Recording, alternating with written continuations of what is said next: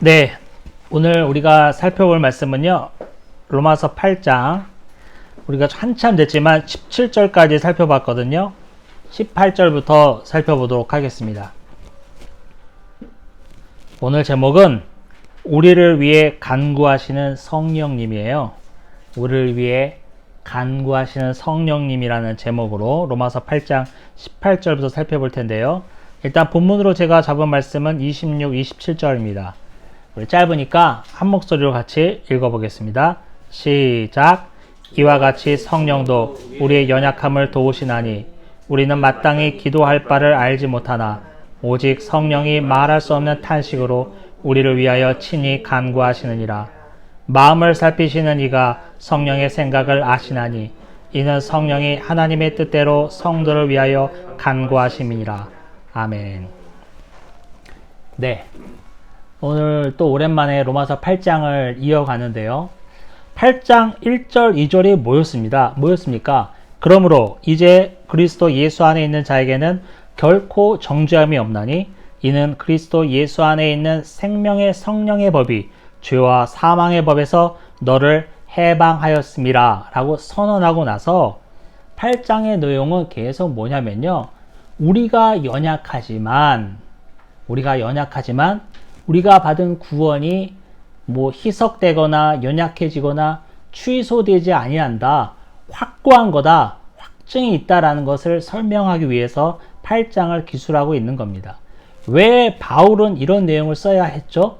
제가 지난번에도 말씀드렸다시피 문제는 뭐예요? 구원받았다고 하는데 우리의 삶이 180도 바뀝니까? 안 바뀝니까? 안 바뀌는데 문제가 있는 거예요. 딱 구원을 받았으면 정말 우리가 생각하는 것마다 다 거룩한 것이고 우리 입술로 나오는 것마다 덕을 세우며 지체를 세우며 하나님께 영광을 돌리는 말만 나오면 좋은데 구원 받았다고 하는 우리가 나오는 게 형제를 비판하고 판단하고 욕하고 교회 안에서도 팔을 짚고 당을 짚고 서로 싸우고 이런 모습이 있단 말이야. 시기와 질투, 남 되는 거 보기 싫고 남 잘난 척하는 거 듣기 싫고 이런 게 있어요? 없어요? 있어요. 그거는 목사 할애비라도 마찬가지야. 여기에 문제가 있는 거예요. 그래서 우리가 받은 구원을 의심하게 돼요? 안 돼요? 의심하게 되지. 주님, 내가 주님을 뜨겁게 믿었었는데 이게 웬일입니까? 나의 이 연약한 모습 어떻게 된 겁니까? 내가 구원받은 자 맞습니까? 라는 갈등이 있어요? 없어요? 있어요. 그렇기 때문에 바울은 8장에서 계속 그 뉘앙스를 안고 설명을 하는 겁니다. 자, 볼게요. 18절 생각하건대 현재의 고난은 장차 우리에게 나타날 영광과 비교할 수 없도다. 여기서 현재의 고난은 그냥 그리스도를 위하여 받는 고난, 이거는 너무 작은 의미고요. 물론 그렇게 생각해도 되지만 그냥 통념적으로 보시면 되겠습니다. 이 땅 가운데 사는 인생이 고난이 없는 인생이 어디 있어요? 아무리 돈이 많아 보세요. 아무리 권력이 많아 보세요. 그 사람 가운데 고난이 없는가? 어려움이 없는가? 힘듦이 없는가? 돈이 많으면 많은 대로 오직하면 우리나라 속담에 만석구는 만가지 걱정, 천석구는 천가지 걱정이라는 말이 있겠습니까? 그냥 우리 같은 서민이야, 아유, 돈 걱정 안 하고 살았으면 뭐였겠다 하지만, 돈 걱정 없이 사는 사람들은 그걸 초월하는 엄청난 고민과 갈등, 싸움, 피비린 나는 전투를 하고 있는 거예요. 그런 겁니다. 이 땅을 살아가는 인생들이 겪어대는 생로병사, 희노애락을 말하는 거예요. 누구나 다 고난이 있습니다. 이 고난이 있기 때문에 오히려 우리 그리스도인들은 마지막 날에 우리가 얻게 될 영원한 복락과 영생을 사모하게 되는 줄도 모르겠어요. 이 땅 가운데 아무런 어려움이 없다면, 아무런 문제가 없다면 과연 천국을 사모할 자가 어디 있겠습니까? 한 사람도 없습니다. 그래서 부자가 천국에 들어가기가 이렇게 어려운 거예요. 부자는 웬만한 거 다 하면서 살잖아요. 부족한 게 없어. 아쉬운 게 없어요. 예수도 필요 없습니다. 예수보다 그냥 내가 가진 돈으로 이 세상에서 마음껏 하고 사는 게 더 행복하고 더 좋아. 그래서 부자는 거의 대부분, 제가 100%라고 차마 말씀 못 드립니다. 제가 보기에는 진짜 거의 100%야. 그러나 혹시 또 모르니까 거의 100% 부자는 천국 못 갑니다.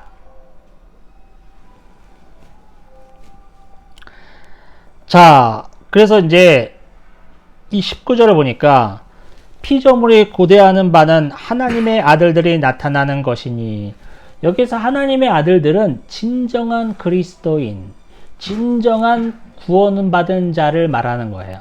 그래서 모든 피조물들이 뭘 바라고 있죠? 그냥 그리스도인의, 진정한 그리스도인의 모습을 바란다. 이런 게 있습니다. 근데 20절이 중요합니다. 피조물이 허무한 데 굴복하는 것은 자기 뜻이 아니요 오직 굴복하게 하시는 이로 말미암음이라. 여러분, 피조물이요. 피조물은 뭡니까? 하나님이 만드신 모든 생명체, 그다음 모든 자연 환경을 말하죠. 우주 천체까지 포함해서 이 피조물이 어디에 굴복하냐면요, 허무한 데 굴복한다는 거. 허무한 데. 이건 멀리 갈 거 없어. 저와 여러분을 바라보면 됩니다. 저와 여러분이 뭘 추앙하고 있습니까? 뭘 따르고 있습니까? 뭘 원하고 있습니까? 안정적인 생활, 또 큰 병 안 걸리고 잘 사는 거, 내 자식들 잘 되는 거, 이런 것들 다 바라잖아요. 다 소원하잖아요. 다 기도하잖아요. 이게 뭡니까? 다 허무한 거예요. 허무하다는 게 뭡니까? 없어진다는 거예요. 영원하지 않다는 거예요. 우리 인생은, 우리 피조물들은 허무한데 굴복할 수밖에 없어. 그게 왜 그러냐면요, 자기 뜻이 아니요, 우리 피조물의 뜻이 아니요, 뭐라고? 오직 굴복하게 하시는 이로 말미암음이라. 여기서 굴복하게 하시는 이는 누군가에 대한 논쟁이 좀 있습니다. 그래서 허무한데 굴복하게 하는 이는, 우리 인생을 허무한데 굴복하게 만드는 이는 사탄의 것이다 주장하는 학자가 많고요. 그러나 이거는 사실은요, 바울의 논리를 봐서는 하나님입니다. 하나님이 우리 인생을 허무한데 굴복하게끔 허락하신 거예요. 이건 조금 어려운 개념이에요. 죄가 이 세상 들어온 개념하고 똑같아요. 여러분, 하나님이 죄를 허용하신 거예요. 죄를 만드신 분은 아니지만 우리 인생 가운데 죄가 들어오도록 허용하신 거예요. 그래서 창세기 3장 17절 18절을 보면 거기에서 이제 이런 내용이 나와요. 아담이 범죄한 후에 아담은 수고하여 땀을 흘려야만 소산을 얻을 것이요, 땅은 엉겅퀴와 가시덤불을 내기 때문에 수고하여서 경작을 해야 먹고 살 것이다 라는 그 구절이 나옵니다. 그 전에는 아담은 수고할 필요가 없었죠. 그냥 매달려 있는 거 따먹으면 되는 존재였어요. 농사를 피땀 흘려 지을 필요가 없었단 말이야. 그런데 죄가 이 땅에 들어옴으로 말미암아 어떤 현상이 일어났어요? 아담과 하와도 타락했지만 이 모든 자연 환경 상태가 어그러진 거예요. 하나님의 질서가 깨진 거예요. 이렇게 만든 건 아니었는데 죄가 들어옴으로 말미암아 사람만 타락한 것이 아니라 이 땅 가운데 모든 만물과 자연 생태가 다 어그러진 상태라는 것을 우리가 알고 있죠. 그렇기 때문에 우리가 피조물들이 다 어디에 굴복한다고? 허무한 데 굴복한다는 거예요. 원래는 우리 피조물들은 하나님을 고대하고 하나님을 바라고 하나님과 함께하는 것이 너무나 좋사오니, 여기서 초막을 셋을 짓때 하나는 엘리야를 위해서 얘기했던 제자들처럼 그런 상태였어요. 그런데 죄가 이 땅에 들어옴으로 말미암아 인간도 타락하고 이 세상의 모든 것들의 질서가 하나님이 창조한 것과 다르게 변질됨으로 말미암아 하나님과 함께하는 게 싫어. 하나님을 멀리하는 게 더 편하고 좋아. 괜히 하나님하고 가까이 한다고 치고 자책감만 들고 죄책감만 들고 싫단 말이야. 하나님을 찬양하고 영광을 돌리는 것보다 내가 관심 있고 좋아하는 취미 활동을 하면서 가족들과 노는 게 훨씬 행복하고 좋아. 이렇게 변했다는 거예요. 이 말이. 그래서 뭐 그 바라는 것은 21절이죠. 피조물도 썩어짐에 종노릇한 데서 해방되어 하나님의 자녀들의 영광의 자유에 이르는 것이라. 그렇죠. 우리도 최종 목적은 바람은 뭐예요? 하나님의 자녀의 영광을 누리는 것. 그게 최종 목적이죠. 자, 여기서 조금 넘어가서요. 26절을 볼게요. 25절은 뭐 설명 안 해도 되죠. 그렇죠. 우리가 소망을 바라는데 보이는 것을 바라는 게 소망이겠냐 이거요. 그렇죠. 보이는 것을 왜 바랍니까? 실체가 있는 것을 바랄 필요가 없죠. 소망할 필요가 없어요. 실체가 없는 그리스도의 구원과 영원한 나라를 우리가 소망하는 게 맞지 않냐 이런 내용이죠. 26절 27절 되게 중요합니다. 이 구절이 우리가 26절 한번 읽어볼게요. 시작.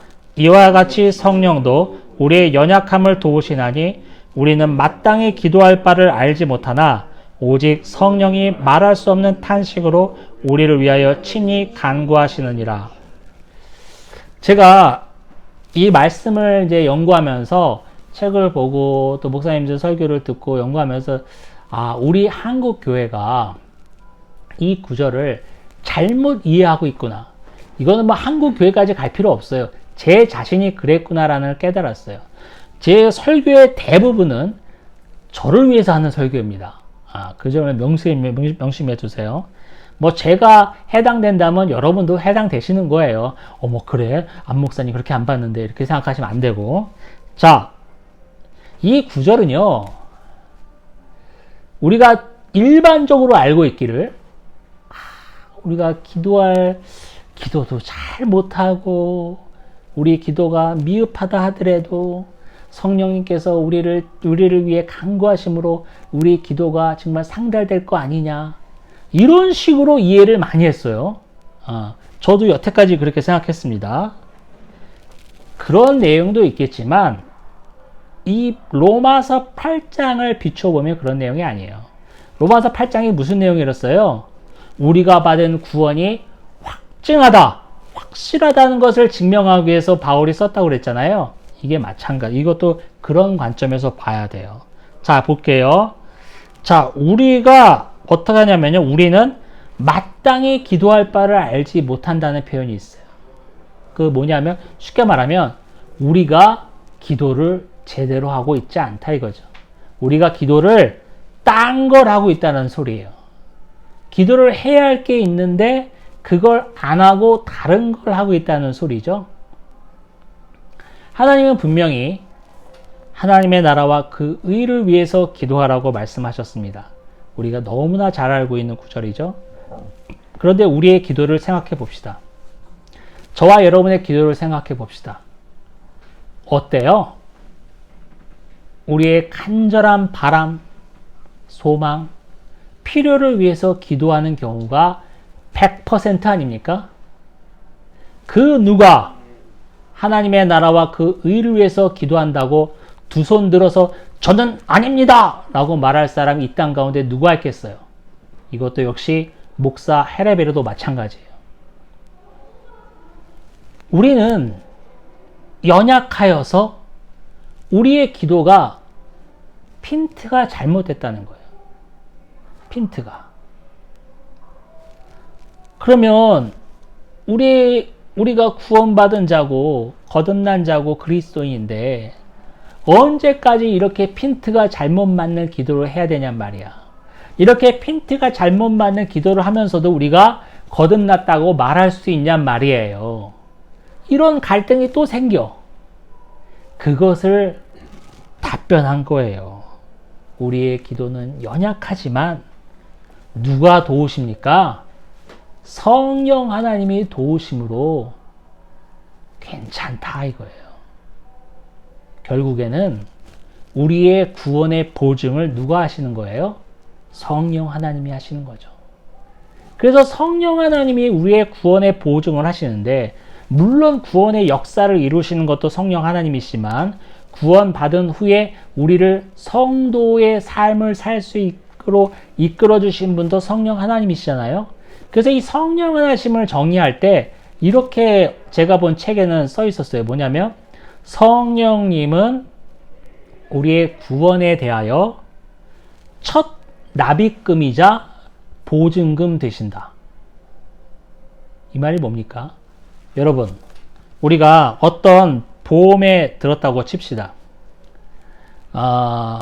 보험에 들었어요. 들었는데 내가 납입금을 딱 첫 달 납입했어요. 그런데 사고가 났네. 그래도 보험 받아야 안 받아요? 받죠. 왜? 내가 첫 달 냈으니까. 뭐예요? 우리는 성령 하나님을 통해서 우리의 거룩한 삶은 너무나 미약하여서 이제 겨우 첫 달 보험료를 낸 정도밖에 되지 않는 것 같지만 이 보험이 유효하다는 거예요.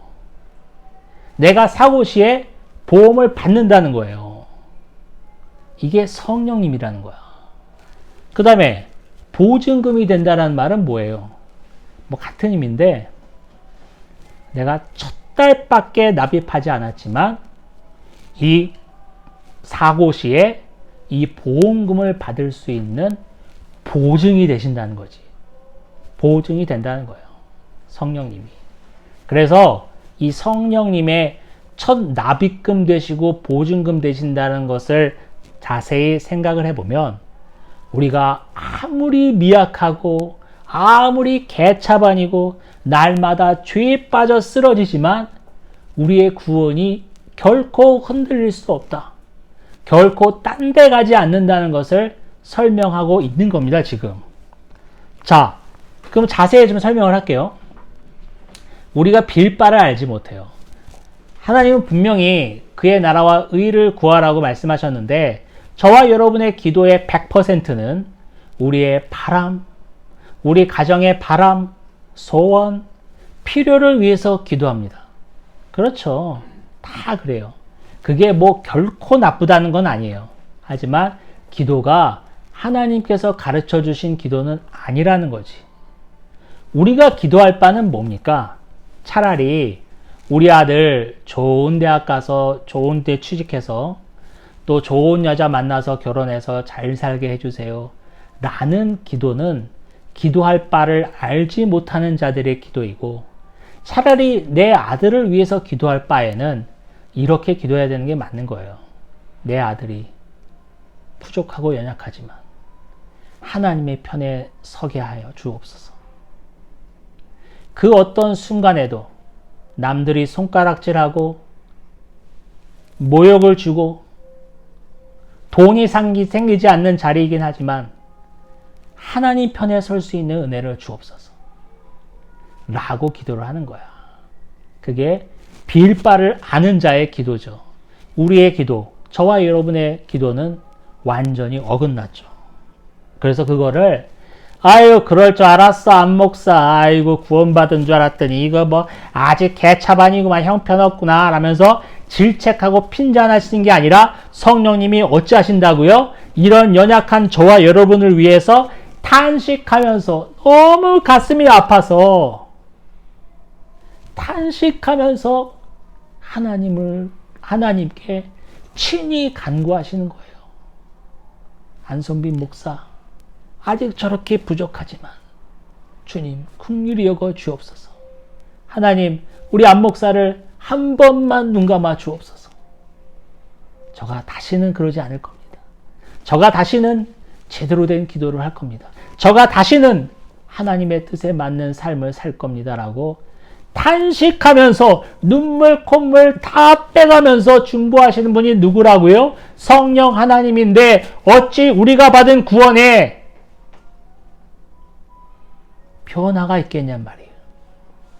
그 구원을 어찌 의심할 수 있겠냔 말이에요. 바울은 이걸 얘기하고 있는 겁니다. 목사님, 우리는 그렇다 치고 성경 속의 위대한 인물들은 그래도 하나님의 마음에 합하는 기도를 하지 않았을까요? 절대 그렇지 않습니다.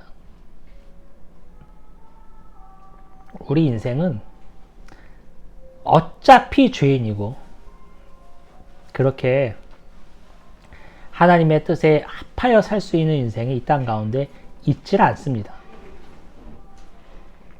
하나 예를 들어보겠습니다. 민수기 3장에서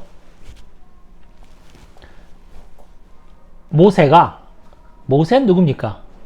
하나님이 친히 세우신 이스라엘의 지도자고 출애굽을 시켰으며 하나님과 얼굴을 맞대면서 이야기 나눴던 존재 아닙니까?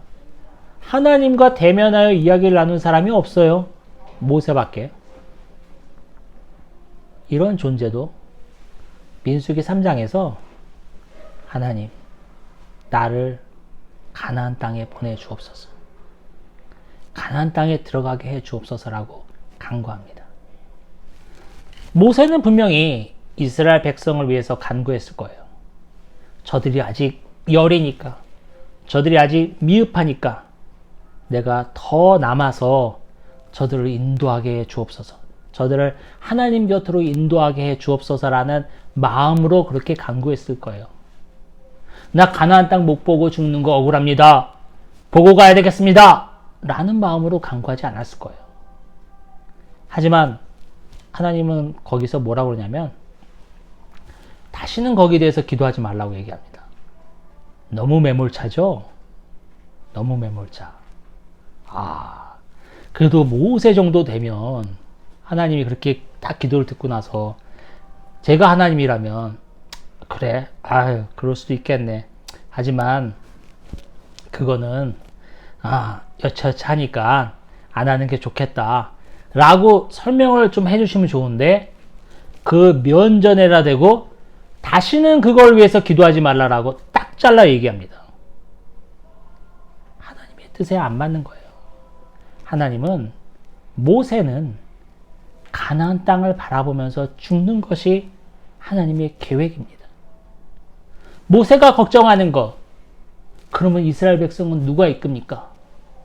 걱정도 팔자였죠. 모세 다음에 누가 나왔습니까? 여호수아. 저 뒤에 또 최초의 왕, 선지자 사무엘, 또 사울, 다윗, 엄청난 이스라엘 지도자가 나와서 이스라엘을 잘 이끌었습니다. 빌립보서 1장에 가면 바울은 나의 갇힘이, 내가 옥에 갇힌 것이 오히려 복음 전파의 진전이 되었다고 하면서 내가 갇혀 있었기 때문에 시위대 안에도 복음을 증거할 수 있었고 내가 갇혀 있었기 때문에 나를 시기하던 세력들이 더욱 열심을 내서 복음을 증거하였다라고 설명을 했습니다. 바울이 갇혔을 때 얼마나 많은 성도들이 바울이 세운 각 교회의 성도들이 눈물로 기도했을까요? 우리 바울 사도를 꺼내주옵소서. 하나님의 종 아닙니까? 저렇게 갇혀 있으면 누가 복음을 전합니까? 누가 교회를 둘러봅니까? 어서 빼주옵소서. 기도했을까요? 안 했을까요? 기도했죠.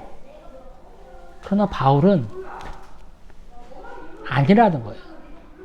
오히려 내가 갇힘으로 말미암아 시위대, 로마의 고위직의 사람들에게 복음을 증거할 기회가 생겼고 나 아니면 복음 전파 안 할 줄 알았는데 나를 시기해서든지 아니면 제대로 마음에서든지 복음 전파하는 사람들이 더 많아졌다라고 고백을 합니다. 우리의 인생은 어차피 빌 바를 알지 못하는 자입니다. 그래서 성령 하나님께서 우리를 위하여 말할 수 없는 탄식으로 친히 간구하신다는 내용이 저와 여러분에게 큰 위로가 되는 거예요. 큰 확증이 되는 거예요. 이렇게 부족하고 연약하지만 날마다 이렇게 쓰러지고 넘어지지만 우리가 받은 구원이 결코 헛되지 않는구나. 나를 바라보면 헛된 것 같아. 여러분도 마찬가지잖아요. 여러분 자신을 바라보세요. 구원받은 자처럼 보여요? 나는 내 스스로를 바라볼 때 아니야. 저보다 성실하고, 저는 좀 욕을 많이 하는 편이잖아요. 욕도 안 하고, 정말 양반 중에 양반인 사람이 많아요. 차라리 저들이 구원받은 자라고 소개하는 게 오히려 낫겠어. 나 같은 놈 갖다 대는 것보다. 여러분도 마찬가지잖아요. 우리의 삶을 바라볼 때 맨날 작은 일에 그냥 집에서 부부끼리 싸우고 집안에 갈등이 있고 시기하고 질투하고 이런 일 바라볼 때 여러분, 저와 여러분이 구원받은 자처럼 보여요? 구원받은 가정처럼 보이냐고. 보인다고 대답하면 이거 양심에 화인 맞은 자입니다. 이거 더 문제가 됩니다. 그러면 저한테 특별히 전화 주세요. 제가 특별히 신방 가야 됩니다. 이거 제가 여태까지 설교한 거를 지금 다르게 오류해서 듣고 있는 거예요. 그렇잖아요. 어딜 우리가 내세울 게 있어. 구원받은 자라고. 저 구원받았습니다. 저 그리스도인입니다. 라고 손들면서 떳떳하게 내세울 자가 어디 있겠냐고. 야, 너 교회 다녔어? 이런 게 대부분이지. 그렇지만 우리가 받은 구원이 절대로 헛되지 않는다는 것은 사도 바울이 로마서 8장에서 계속 언급하고 있습니다. 여러분, 성령 하나님이 우리 구원의 첫 납입금이자 보증금 되신다는 것을 명심하면서 나아갑시다. 우리는 부족해요. 연약해요. 날마다 죄에 빠지고 떨어지고 헤집어 나올 수도 없는 존재입니다. 하지만 감히 우리가 하나님께 나아갈 수 있는 것은, 기도할 수 있는 것은 무엇 때문에요? 성령 하나님의 간구하심. 그거예요. 그 은혜를 바라보면서 하루하루 살아가는 저와 여러분이 되기를 주님의 이름으로 축원합니다. 아멘.